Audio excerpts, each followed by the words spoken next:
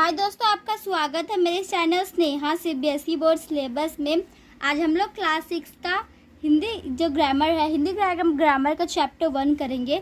भाषा, लिपि और व्याकरण। Okay, language, script and grammar. भाषा, पहले हम देखेंगे भाषा। जल्दी करो, शताब्दी ट्रेन के छूटने का समय हो गया। जल्दी करो, जो शताब्दी ट्रेन है उसका छूटने का समय हो गया है। हरी बत्ती जल गई है, गार्ड भी हरी झंडी दिखा रहा है। हरी बत्ती जब वो जल चुका है और गार्ड भी जो है हरा जो झंडा है उसको दिखा रहा है। अब तो सीटी भी बज गई, अभी सीटी भी बज गया है। लो, गाड़ी धीरे धीरे सरकने भी लगी। अब गाड़ी जो है वो धीरे धीरे आगे बढ़ने लगी।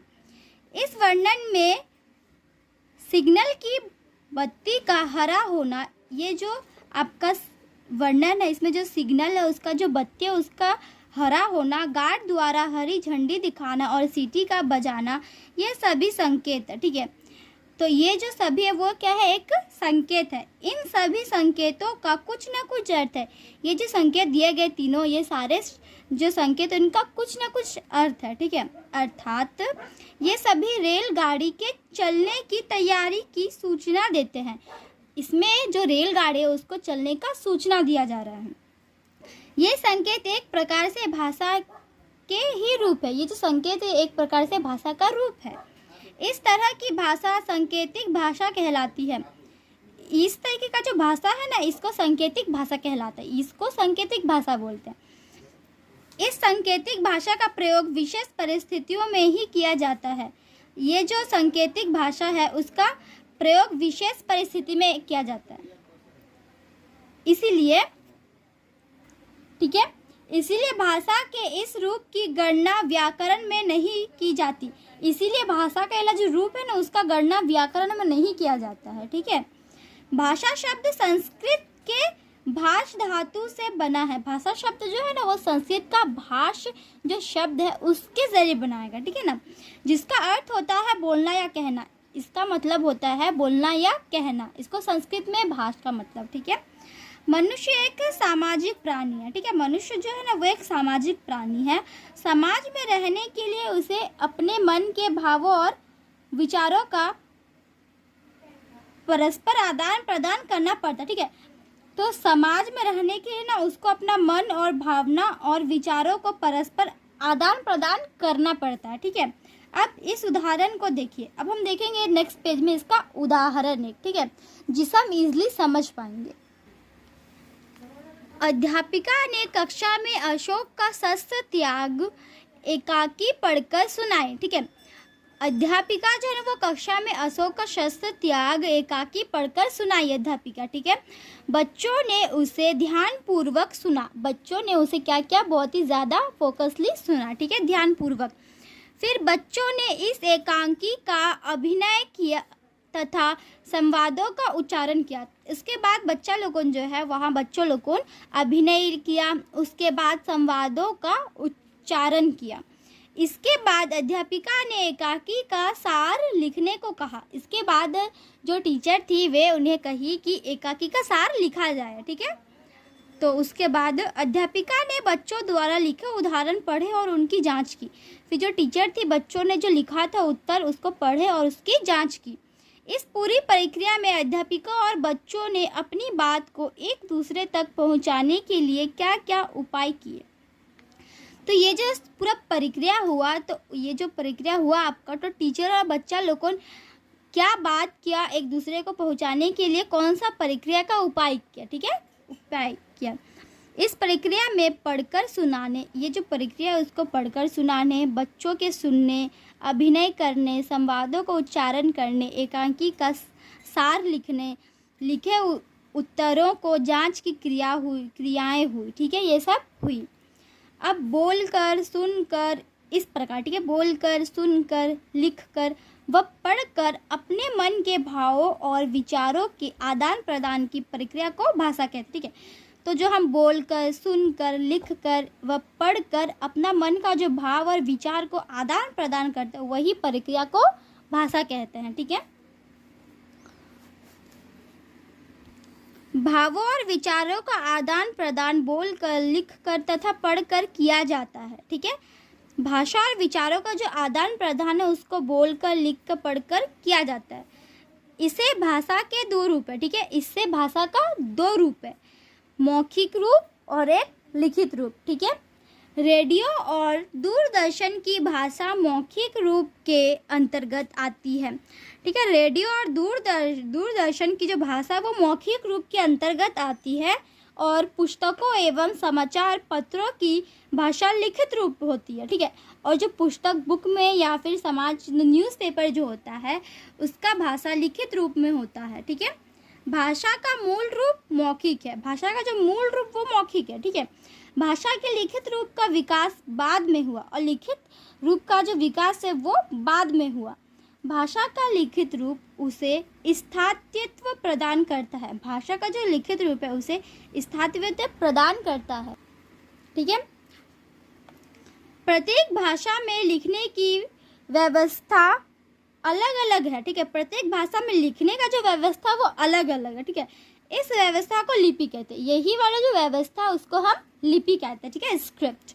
भाषा के विविध रूप। ठीक है, अब हम ये वाला देखेंगे। ठीक है, मातृभाषा, यह भाषा का वह रूप है जिसे बालक अपनी माँ तथा अपने परिवार से सीखता है। ठीक है, ये जो भाषा है मातृभाषा, ये भाषा का वह रूप है, वो रूप है जो बालक जो है बच्चा अपनी मम्मी और अपने परिवार से सीखता है। ठीक है, तमिलनाडु में तमिल परिवार में पले बड़े बच्चों की मातृभाषा तमिल होती है। ठीक है, तमिलनाडु में जो तमिल परिवार होता है ना उनका जो पले बच्चे जो होते हैं उनका मातृभाषा तमिल होता है। ठीक है, बोली, यह भाषा का वह रूप है जिससे किसी सीमित क्षेत्र में अल्प विकसित भाषा के रूप में प्रयोग किया जाता है।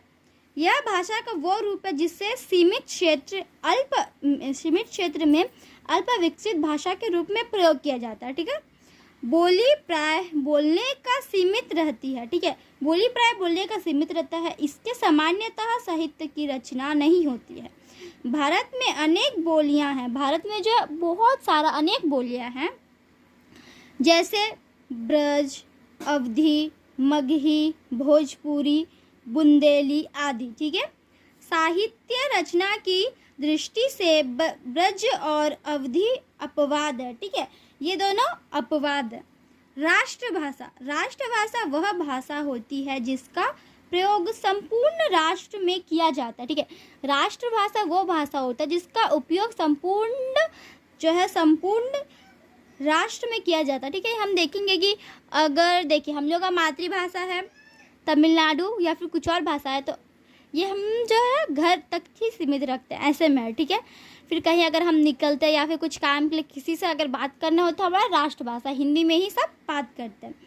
संवैधानिक रूप से भारत की कोई भी राष्ट्रभाषा नहीं है। ठीक है, संवैधानिक रूप से भारत का कोई भी भाषा राष्ट्रभाषा नहीं है, राजभाषा। जिस भाषा में सरकारी कामकाज किया जाता है उसको राजभाषा कहते हैं, वो राजभाषा कहलाती है। भारतीय संविधान के अनुच्छेद 300 ठीक है, भारतीय संविधान का जो अनुच्छेद है 343 के अनुसार हिंदी भारत की राजभाषा है।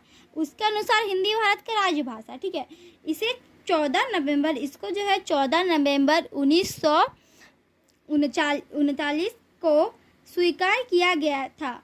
ठीक है, उस दिन उसको स्वीकार किया गया था। इसीलिए इस दिन को प्रतिवर्ष हिंदी दिवस के रूप में मनाया जाता है। इसीलिए इस दिन को प्रतिवर्ष हर साल हिंदी दिवस के रूप में मनाया जाता है। अब हम देखेंगे भारतीय संविधान में स्वीकृत भारत की 22 भाषाएं। ठीक है, चलिए देखते हैं भारतीय संविधान के स्वीकृत भाषा की 22 भाषाएं। Word number is Asamiya, Bangla, Bodo, Dogri, Gujarati, Hindi, Kannada, Kashmiri, Konkani, Maithili, Malayalam, Manipuri, Marathi, Nepali, Oriya, Punjabi, Sanskrit, Santali, Sindhi, Tamil, Telugu, Urdu. ठीक है, विश्व की कुछ प्रसिद्ध भाषाएं, विश्व का कुछ प्रसिद्ध भाषा, ठीक है। अंग्रेजी, जर्मन, फ्रांसीसी, इतालवी, हंगेरियन, स्पेनिश, पुर्तगाली, डच, चीनी, जापानी, थाई, अरबी, तुर्की, फारसी, ठीक है। नाउ नेक्स्ट इज लिपि, ठीक है। ये थोड़ा इंपॉर्टेंट है तो हम यहाँ क्या करेंगे, इसको स्टार मार्क करेंगे, ओके। भाषा के लिखित रूप को लिपि कहते हैं। भाषा का जो लिखित रूप है उसको लिपि बोलते हैं, ठीक है। अर्थात किसी भी भाषा को लिखने के लिए निश्चित की गई चिन्हों की व्यवस्था को लिपि कहते हैं। अर्थात किसी भी भाषा को जो लिखने का निश्चित की गई जो चिन्ह है उसका व्यवस्था जो है उसको लिपि बोलते हैं, ठीक है। उच्चरित ध्वनियाँ, जो उच्चरित ध्वनियाँ को लिखने की विधि ही लिपि होती है, ठीक है। कोई भी भाषा किसी भी लिपि में लिखी जा सकती, कोई भी भाषा जो है ना किसी भी लिपि में लिखा जा सकता है, किंतु सामान्यतः प्रत्येक भाषा की अपनी एक लिपि निश्चित है। सामान्यतः जो जितना भी भाषा ना उसका अपना खुद का एक निश्चित, ठीक है। तो अब नेक्स्ट इज भारत की अनेक भाषाएं जैसे कि हिंदी, संस्कृत, मराठी, कोंकणी, नेपाली आदि देवनागरी लिपि में लिखी जाती है। इसको जो है देवनागरी लिपि में लिखा जाता है, ठीक है। फर्स्ट पॉइंट इज अंग्रेजी, फ्रांसी, जर्मन, इतालवी आदि भाषाएं रोमन लिपि में लिखी जाती है। ये जो भाषाएं इन्हें रोमन लिपि में लिखा जाता है। उर्दू फारसी लिपि में तथा पंजाबी गुरुमुखी लिपि में लिखी जाती है। और उर्दू को फारसी लिपि में लिखा जाता है और पंजाबी को गुरुमुखी लिपि में लिखा जाता है। व्याकरण, व्याकरण वह शास्त्र है जिसके द्वारा हमें किसी भाषा को शुद्ध बोलने, लिखने व पढ़ने के नियमों का ज्ञान होता है, ठीक है। व्याकरण जो है वो शस्त्र है जिसके द्वारा हम लोग को जो है भाषा को शुद्ध बोलने में, लिखने में और पढ़ने में उसका जो नियम का ज्ञान होता है वो हमें समझ में आता है, ठीक है। निम्नलिखित वाक्यों को पढ़िए, ठीक है। हम कक्षा 6 में पढ़ता है, हम खाना खा लिए हैं, तुम तुम्हारे घर चला जाओ। इन तीनों वाक्यों में हम अशुद्ध कहेंगे, इसको अशुद्ध कहेंगे। इनके अशुद्ध होने का ज्ञान व्याकरण ही कराता है। इसका जो अशुद्ध होने का ज्ञान व्याकरण ही कराता है, ठीक है। शुद्ध रूप में ये वाक्य इस प्रकार होंगे, ठीक है। शुद्ध रूप में वो जो वाक्य था वो इस प्रकार होगा। मैं कक्षा 6 में पढ़ता हूँ, हमने खाना खा लिया है, तुम अपने घर चले जाओ, ठीक है। भाषा के शुद्ध अशुद्ध रूप की पहचान करने में व्याकरण हमारी सहायता करता है, ठीक है। भाषा का जो शुद्ध और अशुद्ध रूप है उसको पहचानने में व्याकरण जो है हमारा सहायता करता है, हमारा मदद करता है। भाषा की सबसे छोटी इकाई वर्ण है, ठीक है। भाषा का सबसे छोटी इकाई वर्ण है। अक्षरों और वर्णों के मेल से शब्द बनते हैं। अक्षर और जो वर्णों का मेल होता है ना उससे शब्द बनता है और इन्हीं शब्दों से वाक्य, और यही जो शब्द है उससे वाक्य बनता है। इसी आधार पर व्याकरण के 3 अंग होते हैं। इसी आधार पर जो व्याकरण है उसका 3 आधार होता है, वर्ण विचार, शब्द विचार, वाक्य विचार। इनके विषय में हम अगले अध्यायों में विस्तार से जानेंगे। इनके विषय में जो हम दूसरा चैप्टर में विस्तार से जानेंगे, ओके। नेक्स्ट इज आपने पढ़ा, अभी हमने क्या क्या पढ़ा। भाषा भावों या विचारों के आदान प्रदान का माध्यम है। भाषा जो है ना वो भावों या विचारों के आदान प्रदान का एक माध्यम होता है। भाषा के मुख्यतः 2 रूप है। भाषा का जो है मुख्यतः 2 रूप है, मौखिक रूप और एक लिखित रूप। मौखिक रूप मूल रूप है। मौखिक रूप जो है वो एक मूल रूप है। भाषा का लिखित रूप विचारों को लंबे समय तक सुरक्षित रखता है। भाषा का जो लिखित रूप है वो जो विचारों को लंबा समय से सुरक्षित रखता है, लंबा समय तक बिल्कुल सुरक्षित रखता है। प्रत्येक भाषा की अपनी लिपि होती है, ठीक है। प्रत्येक जितना भी भाषा होता है ना उसका एक अपना खुद का लिपि होता है। हिंदी की लिपि देवनागरी है, ठीक है। हिंदी भारत की राजभाषा, ठीक है। भारत के संविधान में 22 भाषाओं को मान्यता दी गई है। भारत के जो संविधान ना वहाँ पे 22 भाषा को मान्यता दिया गया है। प्रतिवर्ष 14 सितंबर को हिंदी दिवस मनाया जाता है, ठीक है।